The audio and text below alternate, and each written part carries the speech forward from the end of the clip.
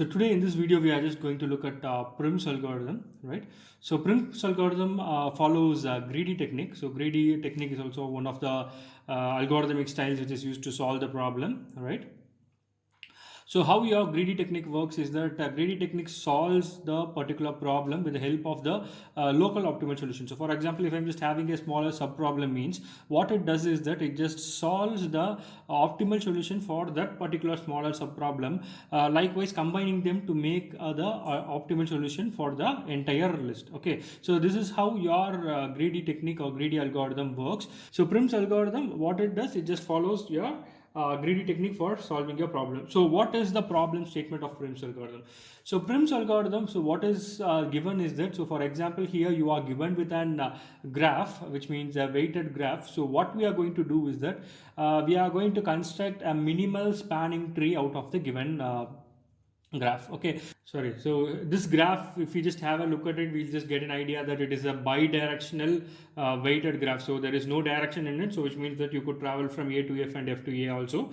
And then similarly, there is no there is weights given between the nodes, right? So we are just going to construct a minimal spanning tree out of the given node. Okay, so here, as said, we are just going to use our Prim's algorithm. The Prim's algorithm, what it does is that it just takes the vertices and then it just calculates it based upon the vertices. Okay, so what we shall do is that we just shall draw a table right now. So tree vertices, okay, and then I'm just marking it as remaining vertices. Okay, so here what I'm doing is that I just have to consider any one of the node from your given graph. Okay, so generally we just always begin with the least node, or we just begin with an first in the alphabetics, right? So we are just having a node as an alphabet, so I just consider A as my node right now.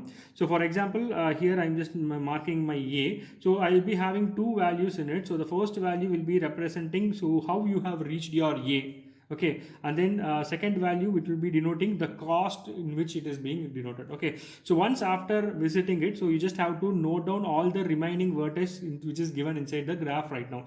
So what are the remaining vertex? So B is a remaining vertex, then C is a remaining vertex, then D is a remaining vertex, E is a remaining vertex, and then F is a remaining vertex. Okay, so as said, we have to mark two values over here, right? So here, what is the path in which we are just traveling to B? So A to B, there is a direct path. So what is the cost of it? The cost is 3. So what I have to do is that I just have to mark A over here. So what is the meaning of it is I am just traveling to B through A. So from A, I am just traveling to B. So I'm just marking A, and then what is the cost it took for me to travel from A to B? 3. So I'm just marking 3 over here, right? Okay, so next thing is C. So whether there exists a direct path, so there is no direct path, so I'm just marking it with dash and infinity. Okay, and then D is right there, so I'm just having D, so there is no direct path between A and D, so I'm just marking dash and infinity. So I'm just taking E right now. So E has a direct path between A and E. So what is the cost of it? The cost of it is 6. So where you are traveling from? I am traveling from A. So what I do, I just mark A over here, and then what is the cost? The cost is 6. I'm just marking 6 over here. Right. So the next thing is F. So what I'm doing is that I just check for the path between A and F. Okay, there exists a direct path between A and F. So what is the cost of it? The cost of it is 5. So I'm just marking A and I'm just marking 5. So we are traveling to F through A. The cost of it is 5. Okay, so this is going to be my first step. So what I have done is that I just have visited A right now. So once after completing it, so I'm just marking the output of it, which means that I am just standing at A right now. Okay, so for the next step, what we have to do is that we just have to take the least value out of it and we have to travel. So for example, here 3 is the least value out of 6 and 5. So what are all the values which we are having? 3, 6 and 5. So what is the least value? So my B A, 3 is the least value. So what am I doing is that I am just taking my B and I am just traveling to it. So from A right now, I just have traveled to B through the path A of 3, right? So what is happened? So I'm just have traveled to B right now to the path 3. Okay, so right now I'm just standing at B right now. Okay, so what I have to do, I just have to mark out the remaining vertices, right? So C is the remaining vertex, D, E, F, there is remaining vertices, right? So right now, standing at B, what I do is that I just check C. So what I do is I just calculate the cost of it. So from right now, so B to C, the cost is being 1 right now. So the previous value, there is no value we have marked. We just have marked it as infinity. So what I do right now is that I just mark the value 1. So how am I traveling to C? From B I am traveling. So what I'm doing is that I'm just marking B over here, right? So from B, if I'm just traveling to C, my cost is being 1, right? So similarly, you have to mark it for D. So right now, D is unaccessible, so I'm just marking dash and infinity. So E, there is no path between B to E. So what I do, I just mark the previous value, which is nothing but A comma 6.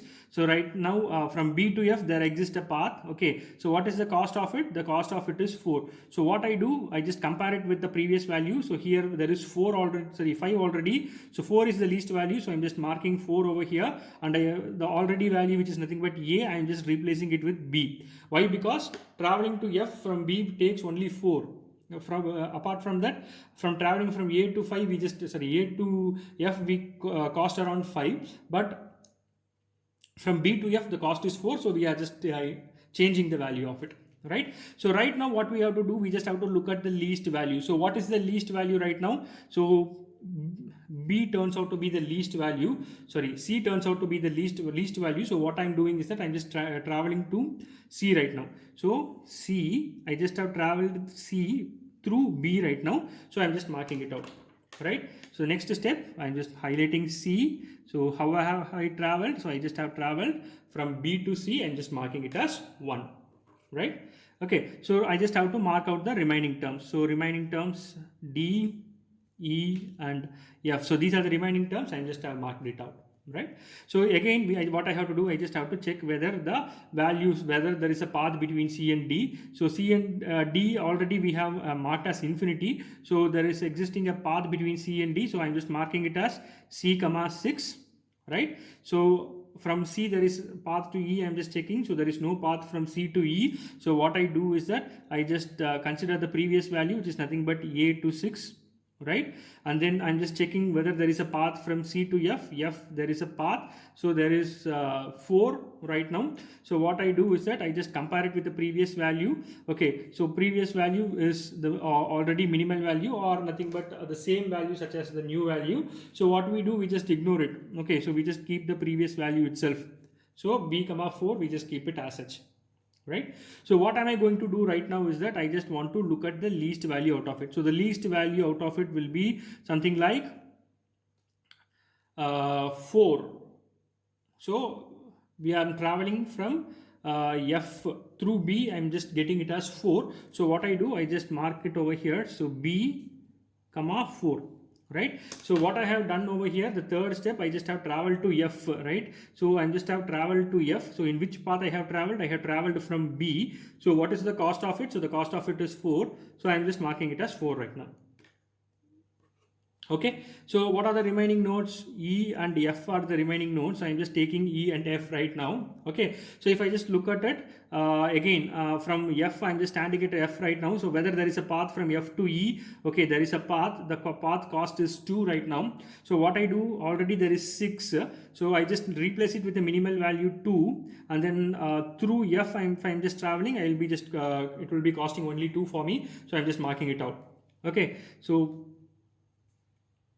sorry, yeah, so the next node is D. So D, if I'm just taking, I'm just having C and 6 over here. So I just have to check whether there is a path between F and D. Yes, there is a path between F and D. The cost of it is 5. So what I do is that I just replace the 6 with 5.